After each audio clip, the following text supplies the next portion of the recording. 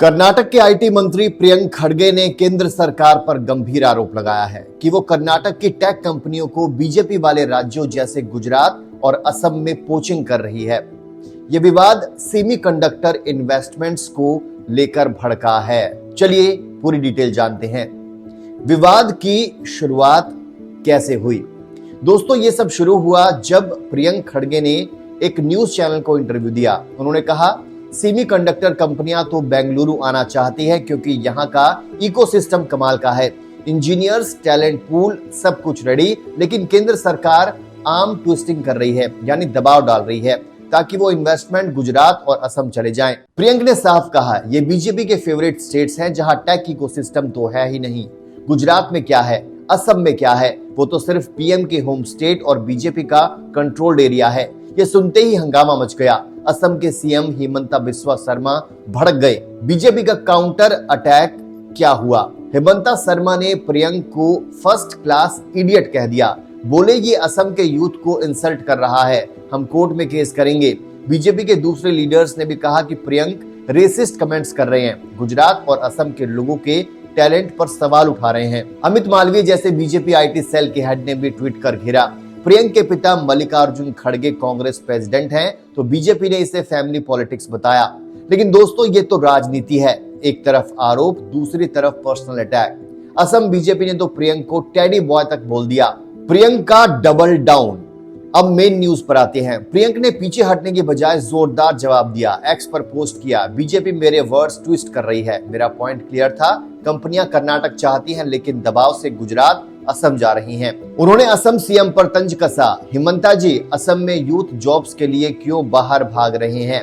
10 साल बीजेपी राज में health, education, economy सब बॉटम 5 में। अपनी फेलियर्स छुपाने के लिए मेरे स्टेटमेंट को पॉलिटिकल स्पिन मत दो। प्रियंक ने तो शर्मा को थर्ड रेट क्रूप तक कह दिया। बोले, अगर कांग्रेस 2026 में असम सत्ता में आई तो स्किलिंग और जॉब्स पर फोकस करेंगे। Karnataka versus BJP states, tech ecosystem की सच्चाई। दोस्तों, आंकड़ों की बात करें तो प्रियंक का पॉइंट मजबूत लगता है। कर्नाटक का आईटी सेक्टर, बेंगलुरु तो दुनिया का टॉप टेक हब है। 8.5% जीडीपी ग्रोथ प्रोजेक्टेड है 2035 तक। गुजरात सेमीकंडक्टर प्लांट्स तो ला रहा है, लेकिन वो पीएम के होम स्टेट का फायदा। असम में डेवलपमेंट इंडिकेटर्स बॉटम में। प्रियंक कहते हैं, केंद्र कर्नाटक, तेलंगाना, तमिलनाडु के इन्वेस्टर्स को पोच कर रहा है। ये सिर्फ सेमीकंडक्टर नहीं, स्टार्टअप्स का भी मुद्दा है। याद है आंध्र प्रदेश वाला विवाद? वहां भी प्रियंक ने कहा था कि वो कर्नाटक से पैरासाइट की तरह कंपनियां चुरा रहे हैं। बीजेपी स्टेट सब्सिडी देकर आकर्षित कर रहे हैं, लेकिन रियल इकोसिस्टम कर्नाटक में है। बड़ी पिक्चर क्या कहती है? Politics behind the news. दोस्तों, ये सिर्फ स्टेट इशू नहीं है, सेंट्रल वर्सेस स्टेट्स का पावर गेम है। प्रियंक खड़गे मल्लिकार्जुन खड़गे के बेटे हैं, तो कांग्रेस का बड़ा चेहरा बीजेपी से सॉफ्ट टारगेट बना रही है, लेकिन प्रियंक डटे हुए हैं, कर्नाटक के यूथ के लिए लड़ रहे हैं। विवाद से एक अच्छी बात, टेक इन्वेस्टमेंट्स पर डिबेट हो रहा है। भारत को ग्लोबल चिप मेकर बनना है तो फेयर प्ले चाहिए। क्या केंद्र रियली आर्म ट्विस्टिंग कर रहा है या बीजेपी स्टेट्स को प्रमोट कर रहा है?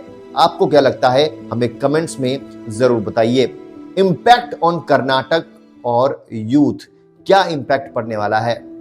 कर्नाटक के लिए ये बड़ा झटका हो सकता है। बेंगलुरु में लाखों जॉब्स आईटी पर डिपेंड हैं। अगर इन्वेस्टमेंट चले गए तो अनएम्प्लॉयमेंट बढ़ेगा। प्रियंक कहते हैं, हमारा इकोसिस्टम स्ट्रांग है, 14 मिलियन पॉपुलेशन, 2.8% ग्रोथ, लेकिन बीजेपी कह रही है कर्नाटक इंफ्रा कमजोर है, इसलिए कंपनियां जा रही हैं। असल में कर्नाटक गवर्नमेंट इंफ्रा बिल्ड कर रही है, लेकिन सेंट्रल सपोर्ट चाहिए। असम के यूथ के लिए भी सवाल, वहां जॉब्स क्यों नहीं? प्रियंक का पॉइंट वैलिड लगता है। डेवलपमेंट सबके लिए बराबर होना चाहिए। क्या होगा आगे? क्या कहते हैं एक्सपर्ट्स? फ्यूचर प्रेडिक्शन क्या है? अब आगे क्या? असम बीजेपी केस फाइल कर सकती है, लेकिन प्रियंक नहीं डरेंगे। 2026 असम इलेक्शंस में ये बड़ा इशू बनेगा। कर्नाटक में भी बीजेपी इसे यूज करेगी, लेकिन प्रियंक ने साफ कहा, हम टैलेंट थ्राइव करने का एनवायरनमेंट बनाएंगे। दोस्तों, ये दिखाता है कि फेडरलिज्म में टेंशन है। सेंट्रल गवर्नमेंट को स्टेट्स को इक्वल चांस देना चाहिए। आपका ओपिनियन क्या है? प्रियंक सही है या बीजेपी? कमेंट में जरूर बताइए।